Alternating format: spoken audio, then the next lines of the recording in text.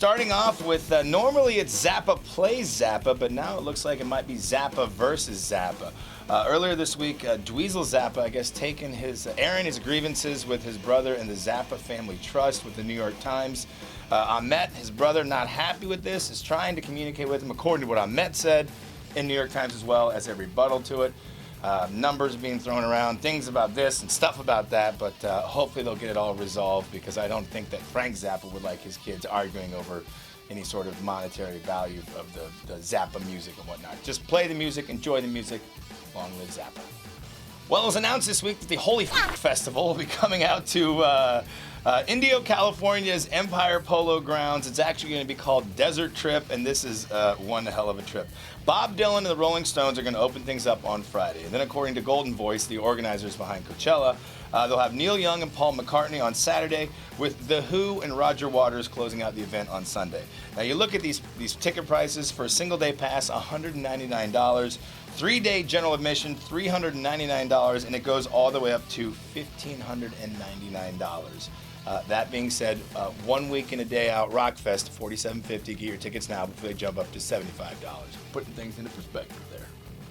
Well, speaking of concerts and whatnot, it was announced this week that 7,000 AC/DC fans who bought their tickets to see the band perform May 16th, or the 16th of this month, in Belgium, have asked for a refund, since, of course, it's going to be Axl Rose stepping in for Brian Johnson. Now, I don't think this is going to be a thing where no one's going to show up to see this show. I suspect that many folks will do that.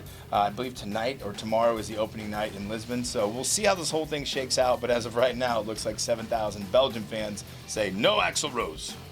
Well, score one for Creed frontman Scott Stapp for trolling the internet, making people assume that he was going to be the new frontman for Stone Temple Pilots, so much so that STP themselves had to tweet out, never once has Scott Stapp been considered as the frontman, nor is he the current frontman for Stone Temple Pilots. He pulled a little bait and switch on y'all. If you remember, Scott Weiland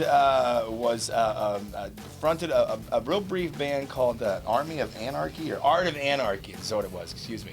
Scott Bumblefoot, formerly of Guns N' Roses, John Moyer of Disturbed, as well as John and Vince Voda. Well, it seems that Scott has now stepped in as the frontman for that band. They were going to make the announcement in July, but given how much the internet was ablaze about him possibly stepping in for STP, they had to make the announcement this week.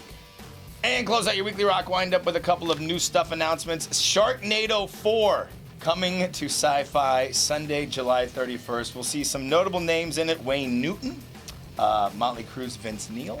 Also, it seems that Slipknot Stone Sour frontman Corey Taylor is going to be part of this phenomenal franchise. Other notable actors and actresses: David Faustino, who is in Married with Children; Stacey Dash from Clueless, and now a Fox News correspondent, Giggle; Gina Lee Nolan and Alexandra Paul, who are both part of Baywatch. Of course, Ian Ziering is reprising his role as the shark-fighting hero, Finn.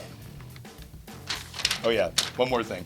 There's a new Motorhead hooch that's out, inspired by the band. It's called Snaggletooth Cider. It's only available right now in the UK. Hopefully that'll swing itself over into the States. But 5.5 ABV per bottle, so drink up, enjoy. I'm Nivens. Thank you very much for tuning into your weekly rock wind-up. Have a great weekend. Don't forget, next Saturday, Rockfest.